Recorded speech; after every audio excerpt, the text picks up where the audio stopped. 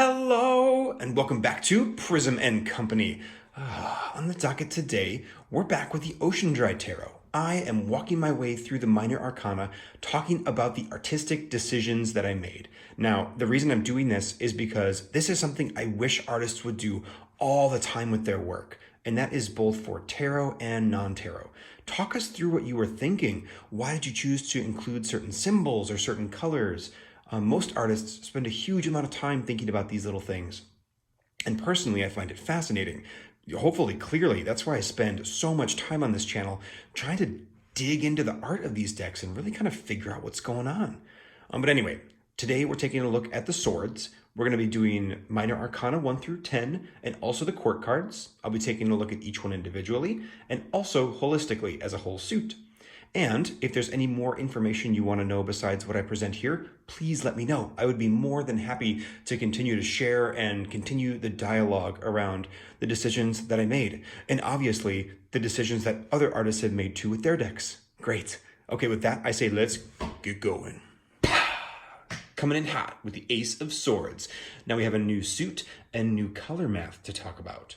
So for the archetypal wind card here, for the Ace of Swords, I've chosen purple, pink, and yellow. Now, in this suit, purple very much refers to the subconscious, pink refers to the conscious, and yellow is kind of like orange in the cups in many ways. It's like a bright flash, but it's also kind of this idea of wielding or the higher self, on this idea of like taking control of your thoughts. Now, the Ace of Swords here, we have the subconscious on one side and the conscious on the other. I think the Ace of Swords in particular is a very dualistic card, which is interesting because you'd think it'd be the two, but for me, it's really the ace. And it's this idea of finally wielding the sword and, you know, either it takes control, like your subconscious takes control, or you take control and you get to start, you know, moving and working. So it's this idea that it's this sword that is like shining brilliant light. It is like the first idea of this potential wielding, but it hasn't actually gotten there yet. So we have a little halo along the top, kind of signifying that this is an idealistic thing and it's not come to fruition yet. Like all aces, it is not yet come to fruition. The thing I just said, it is still archetypal. It is still the idea. It's just getting there. And this duality, we'll see that kind of fall to the side as we continue. But this one's actually pretty straightforward to me. Bursting forward just like all the other aces, but with this very strong split. Cool. So then we come in hot with the 2. We're coming in hot with all these cards today. It's a hot, woo, the suit is hot. Okay, enough of that. With the 2 here, we have cyan, sapphire, and yellow. Kind of similar actually to the ace where we had purple, pink, and yellow. It is the light and the dark version of a color, in this case blue instead of pink, plus yellow. So where purple and pink were subconscious and conscious, cyan and sapphire are about knowing and unknowing. So that is similar to me, but you could know something about your subconscious, even though it is not percolating to the surface. You could have like an uneasy feeling. This is more of like that fear of the dark kind of, and then this is like being very actively aware of something. So it's kind of like awareness in the very like tactile sense versus the like idea of conscious subconscious. It's similar. You know, it's color at the end of the day, so it's not super duper like set in stone as far as like blue always means this thing in every card. But that's kind of where I was leaning. So here we have this known and unknown churning like water. It's like literally splashing in front and careening off the side. And then we have our very still swords amidst all this. And they're yellow. They are that very active part of the color spectrum here, but they're actively just trying to stay calm in this storm. This is very much a card of peace for me, of, you know, amidst chaotic ideas, like amidst the chaos of the ace and just like ideas going left and right, you are making a stand and finally kind of deciding on something. I just realized I have this little mark on my finger. It keeps catching my eye in the viewfinder. So anyway, that's a marker or something. But it is this very still thing amidst this very chaotic water. This also to me is the card that most speaks to the idea of like a lighthouse, this very stoic, lonely feeling amidst chaos, but the overall idea or the overall feeling of the card is not the chaotic part, it is the still part, it is the lonely part. And I think that loneliness fits well on the Two of Swords because we haven't really gotten anywhere yet. Like we haven't gotten through the suit enough to start to develop like ideas or make correlations in our mind. Thoughts are still very young, and these new thoughts that are just budding feel very isolated and alone in that way. Cool. Yeah, I think that's good. Let's take a look at the next. If you're curious what my very favorite card in the Minor Arcana is, this is a really strong pull. It's so hard to narrow down an absolute favorite, but I think the Three of Swords is my favorite card. And that's because it just represents something that is so deliciously human, which is this idea of learning and then being upset that you learned something. Whenever, you learn something and get to a new plateau, you just realize how much more you don't know. So there is a real growing element to this card about learning, but it is, for me, all about this realization of the stuff that you don't know. I think everything with the swords is depicted as like bad and heavy because there's like a slicing nature to it. There's the reason that a sword got picked as the symbol for this suit, I firmly believe. But let's talk about the color math because we have cyan, sapphire, and purple here. So all of this is resting on a very subconscious unknown backdrop. It is the night sky here. It is looking up at the stars and wondering what's there. It is your brain just like percolating in this dark depths. And then all of this cyan just like slices through everything. Here we see actually a mountaintop in a weirdly representational moment in the Minor Arcana. And I imagine someone laying on this mountain, looking up at these stars and kind of making the connection between like, there's the star connecting to the mountain here with the actual sword itself. And just realizing like, dang, I'm so small. And I think that's a really neat moment that can happen like as a human. And that's one of the reasons that I just love this card so much. So it's really about this stillness, this softness, this almost somber feeling, but also the element of growth and learning on top of that. When we take a look at our 4, we have our color math of sapphire, purple, and yellow at the top. And it actually reads very much like the 3. We have our subconscious color and our unknown color, and that is forming up, again, the base upon which these swords are resting. These blue swords are that unknown kind of like being put down to sleep almost. But now, instead of the kind of consciousness of that cyan blue, we have like this very active feeling of the yellow trying to just suppress these thoughts. And it's not necessarily bad suppression. Every minor card has good and bad built into it. But just the idea of like calming the mind, actively trying to calm the mind. We have a very contemplative, still card with the 3. And that is true with the 4 too, but the 3 is, at rest, trying to let itself just expand and grow, almost Zen-like. And the 4 is at rest, but trying to like collapse in on itself. Imagine trying to put yourself to sleep. Your mind might be spinning and you're trying to actively calm your brain down. That is the 4, where if you are trying to go to sleep and you're letting your mind wander, that's the 3. So this is very much like yellow trying to tuck these swords in. And then we see our swords kind of dreaming and flashing with little bits of yellow in the background, all while it lays on that sea of dark blue and purple. All right, here we have the 5 of Swords. And if we take a look at our color math at the top, we have cyan, sapphire, and pink. And things are going to get a little bit wishy-washy as to like how the color math is working in these. Sometimes there is very deliberate, like purple means this, pink means this. But like here, we have the conscious and subconscious represented as the surface of the water, which could be known and unknown too, which is what I kind of ascribe to cyan and blue. So I'm not so beholden to these ideas, so we'll just have to roll with that. But anyway, here we see the surface of our consciousness and the kind of sphere of our consciousness just above the water. And then all of these pink swords are pointing directly at it. So it is pointing at this thought that has come to our conscious mind that is now under duress. That to me is like the whole bit of the 5 of Swords. There is some kind of mental duress happening because a thought is under attack, whether that is losing a debate or getting in a fight with somebody or just like being worried about something. It is very active, it's very aggressive, and it's very disruptive in many ways. Like so many people say disruptive with the fives, but it's just true. Like whatever the mind was trying to do, the five just comes in, it's like, boom, disrupts it out of the way.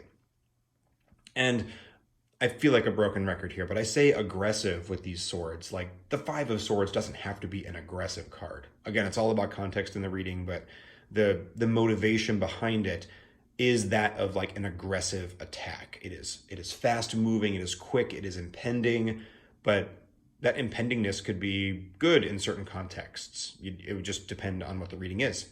Anyway, that is what we're seeing with the visuals here. We're seeing that little bit of consciousness above the sea of unconscious with all of our swords pointing down. I feel like I'm trying to like pre-defend this as if people are going to be upset.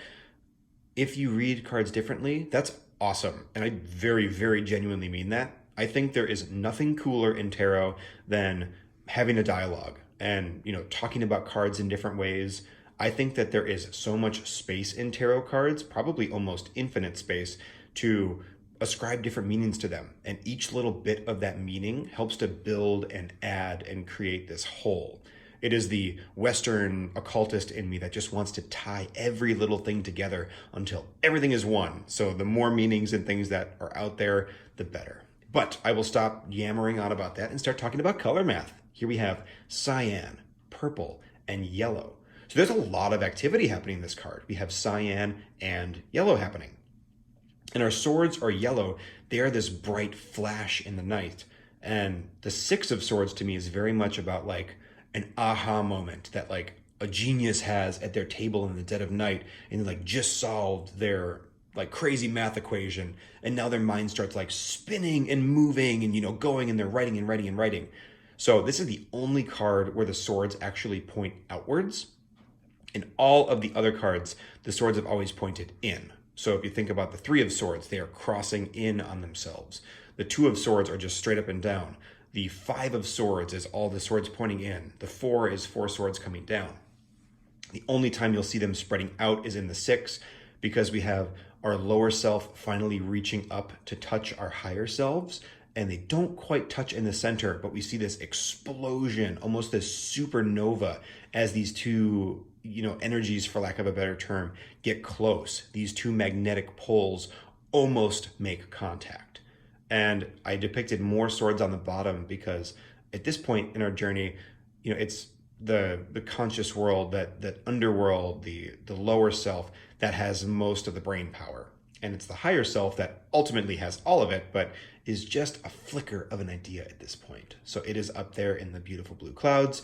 This is down here in that kind of subconscious area where we don't even know what's going on. Side note about the pips of the swords, I'm not sure. They might seem kind of obvious the way that I laid them out. They took me forever to try and really lay them out in a way that was appealing to me. For whatever reason, the wands came pretty natural. I felt plenty of play and freedom to kind of get them moving wherever they want. But for the swords, there was something like binding about them. They're very directional because they have a hilt on them. I also chose to attach all of the crossbars. Boy, I need to work on my sword anatomy. Whatever the guards are that protect you when another sword ching careens down. But like the swords in the sword suit to me are not weapons, so I don't need each individual sword to be there. They're all tied together in many ways. So that's why I want all of these handles, or whatever they are, to be attached to each other to show that unity of idea. If you take the Five of Swords, for example, where we just came from, all of those sword hilts are attached at the top because that is one unified thing careening down against that small sphere of consciousness. Great. Let's take this off the camera. We're just going to move on. All right, we're back to all of our swords converging on a single point here. But this time, instead of converging on that sphere of consciousness, they're converging on the silhouette of another sword. So we have a very dreamy, ephemeral sword down here with a lot of strong swords at the top. Let's take a step back. Looking at our color math, we have sapphire, pink, and yellow. So again, a very like active pair up here in the pink and the yellow. We have the unknown of blue, which fits perfect for me in the Seven of Swords, because this card is so much about the mind like hitting resistance. Like self-doubt would be the perfect thing here. We have all of this unknown blue at the bottom that is like trying to make a sword, but is not even getting there. It's just like the shadow of a sword. And then all of these ideas that are like pounding against it. And it's, you know, trying to get through. And again, that feels very like negative. I think swords just lend themselves to a negative first impression, but this could be a very positive context too. Like resistance leads to friction, which leads to heat. And like you need heat to survive, for example, in the winter. There's a lot of places where this could be really, really powerful and cool. I also get the idea of like standing up for yourself, like standing on an island with an idea against resistance, which can be an amazing thing. But that's sort of what I depicted here. Weirdly enough, I didn't intend this, but like a little Rider-Waite-Smith tie-in of like this sword got stolen and is now gone, because you often see someone stealing a sword away in the Seven in the Rider-Waite, which I think is kind of cool. That, you know, I'm glad it made it in. As far as the pink and the yellow go, it's really just like ramping up activity in the mind. For me, Seven is all about like resistance and interference, and it's just like the heat building, almost like we're watching a thermostat rise and rise and rise, is that friction builds and builds and builds in the brain. I absolutely love this card. It's so pretty. I love bright poppy colors. And here we have cyan, pink, and yellow. These are printer's colors. If you are a printer at all or know a printer, cyan, magenta, yellow are just like the core pigments that you use to print physical media. So this speaks to my inner designer in a very real way. But we have all of the active colors present. We have the very front of mind known stuff. We have consciousness, and we have this bright flash of yellow, which just speaks to the mind moving and moving and moving and changing ideas and changing ideas. Here we have the Three of Swords meeting the Five of Swords. So we have this blossoming of the mind, and we also kind of have this oppression, which is like the mind tries to blossom and it flicks it away and it flicks it away, and it just keeps moving. And then in the background, there are lines and there are elements that I don't think are reproducing here very well, but they're just like constantly moving and shifting and changing. There's a real vibration to this card. There's a real unstableness, even like in the corners here where the pigment is just like ejecting itself off and like flying and vibrating away. And I really like what happened down here with the yellow, you know, forming the edge of this square, but then behind it, the color just like explodes and spews out. I wanted this card to feel unstable. And personally, I think it got there. I really like how the image turned out. And part of that is just, again, having all of the active colors together, just there and present and moving. Now let's say we take one of those active colors and make it super duper passive. So here in the 9, we have cyan, purple, and pink. So we still have the highly active cyan and pink on the front here. The swords are conscious, they are pink. And in this case, they're all pointing up. And they're pointing into that known stuff. But it's sitting on this bed of unconscious. So it's these swords just like going up. There are a million little connections happening in between all of these swords. And it's just like too much. 9s are excess to me. And it's an excess of thoughts happening. The thoughts are rising and moving into the conscious mind, like almost like an infection, which again sounds really negative, but you know, you could be infected with a lot of good ideas too. But just like they're piercing up and they're going higher and higher, and you know, unknowns to them, they're sitting in all of this deep subconscious. And also these blue lines, or these cyan lines, read like cobwebs to me. This idea of just like worry and staleness and like unable to move because there are just so many ideas. I almost get the impression of like prison bars here too.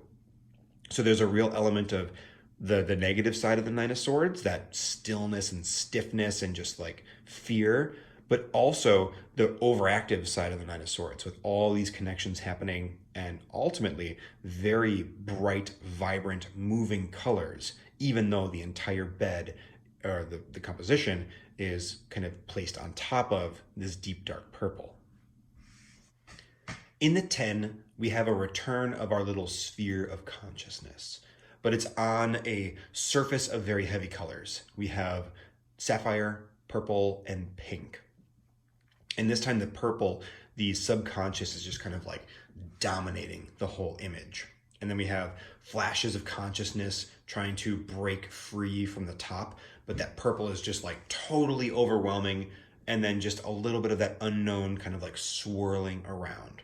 Now in the 5, we had consciousness kind of rising above the surface of the water of that unconscious, with these swords kind of like opposing it in many ways, but this has just doubled down the efforts. Here we have the 5 of swords repeated, and also the same motif from the 4 of swords, obviously with an extra one in there, also just applying additional pressure. So to me, this is very much just like pressure on thoughts, and pressure can crush or it can make diamonds. Like, again, there's no good or bad here, but visually speaking, I wanted it to feel very much like oppression coming down with something trying to like break free in the background. Because at the end of the day, a 10 is the end of a cycle. So it's busting out and trying to go back to the ace. And if you remember, the ace was just ejecting that yellow light everywhere. So once this breaks through, once this pink finally escapes, that ejection is bound to happen too. Okay, cool. So we've made our way through 1 to 10. Let's take a look now at the court cards.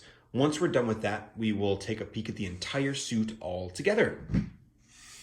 The princess. Ooh, that landed in the perfect spot. I love it. Now, if you watch the previous ones, you'll know that we have all of this geometry on the princess, which is referring to the suit of discs. I'm really excited to get to the discs so we can kind of break down what all those little bits mean. But here we see all of our colors kind of like crystallizing around our idea. This Princess of Swords for me is very much ideas becoming manifest, because the princess is the earthy part of a suit, and an earthy part of an idea is that idea kind of coming to life.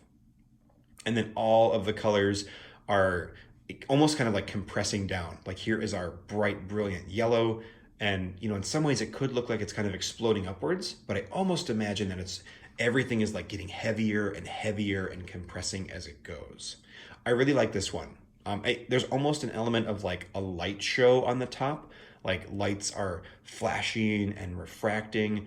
Again, to me, it's just this idea of like ideas being filtered through a prism and finally kind of like recollapsing in on themselves, like reconstructing light back up into its original source. That was a real big concept for me when this was called the Prism Tarot, and it still very much is, but the OceanDry themes have definitely taken more, but this is a card very much of like reconstruction like that for me. Now the Prince of Swords, on the other hand, is a total mess, and I love it. To anybody who likes the Prince of Swords, I mean zero offense at all. We have our yellow sword here, our ultra overactive, and this is the airy part of air, so it's just the mind as it is, just like constantly spinning and moving with like nothing to hold it down. And so all of the colors are just bled into each other. There is very little in the way of actual, I was going to say narrative, but actual like line work done. You can see a little bit of it kind of shooting off the edge, but all of it looks like it's just being blasted away. And I really tried in most of these cards to keep the colors fairly separate, so you could really tell, even without looking at the color dots, what the palette was on each card. But these very much, I let them get a little bit more muddy, because this is, you know, thoughts just intermingling and moving. It's airy air. It's the airiest air you've ever aired. So I wanted the actual image to relate to that as well. The Suit of Swords is definitely probably my favorite for courts. I really like how they all turned out. And part of that is because of the Queen. I think this card's pretty stunning. This card is a little bit more representational than some of the other court cards. I tried to literally draw clouds here. So we have clouds with light kind of pouring out of them. And there is a real discrepancy between the two sides. This Queen is very much about cutting ideas off. It's this sword of the unknown in the center here with this dark blue. and like wielding that sword to say, no, that is not good, and this is what I want to think about and use, or cutting off the lower self from the higher self potentially as well, depending if you want to go esoteric or really exoteric and crunchy with it. Nice composition. Is that weird to say about your own thing? Oh, this is a nice composition. Yeah, I like it anyway. But really, this one's a little bit more straightforward. Clouds with light peering in behind them. Then in the king here, we have the clouds up on top with rain essentially kind of crashing down into the water or the earth below. So the king is a really intense and heavy because it's the fiery part of air. So it is that intensity, it's the fury, it's the hurricane. And I almost wanted to like depict weather in this card to show off that intensity. I think intensity is a better word than fury. I also kind of like how much bleeding happens with the rectangle frame here. Like you really get a lot of this blue, especially that big chunk, trying to like weasel its way in. And we have a real inversion from the queen, which is very much the dark purples on the bottom with the blue and yellow on the top. And now on the king, we have that stuff on the bottom as opposed to being on the top there. Cool. So we've talked our way through all these cards. Let's take a peek at the whole thing together. First, I'm going to zoom out, of course. And then let's make sure we get all of our cards. There's a real verticality in this suit that is not present in the other ones. Every composition is very much up and down. Obviously, we have bending of swords happening, so they are kind of careening in or careening out, specifically careening out in the Six of Swords here. But everything is very, very linear. In all the other suits so far, cups have been stacked or toppling over or moving. The wands have been every hither and yon. They're just every which way. The swords, to me, it makes sense that they would be a little bit more linear and structured because thoughts tend to be more linear and structured than, say, passion or emotion, which have a significant more amount of flow to them. I really do like kind of the darkness of this suit, not because I think swords are bad, because I think swords are awesome. I think it's probably my favorite suit in a tarot deck, but just because thoughts are kind of mysterious and unknown, and so much of what we think is below the surface. It is below that consciousness. So we have lots of these pockets of dark with just these bright flashes of light, almost like neurons firing in the brain. So the suit itself is almost depicting what's happening in the mind while you think about the suit. And that might be going a little bit too far, but it is kind of a little neat correlation to make. I think this is a beautiful color palette too. Not every palette is totally my favorite. The cups, for example, I love how they turned out, but there were some of those cards that I really had to fight to make work. Every single one of these to me reads just great, visually speaking. I think the color palettes all just sort of ebb and flow and work together.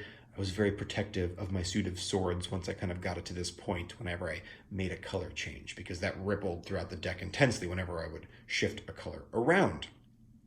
The other thing that I didn't want to do with this suit was make it too watery, because arguably there are more watery colors here than there are in the cups. We have all the purples and pinks and the blues and the cyans, so it feels very like deep ocean in some ways. I like to think that I got there though. It feels more like mysterious thoughts, like night skies, as opposed to water, unless there's explicitly water, like on the Five of Swords. Cool. I'm going to leave you guys for a few moments here so you can kind of take the whole suit in if you want to, and I really hope you enjoyed. If there's anything else you guys want to know or have any questions, please hit me up. I'm always happy to chat and discuss, and you know me, I like talking to you guys, and I love talking about tarot cards. With that, I'll leave you be. Thanks, everybody. Bye-bye.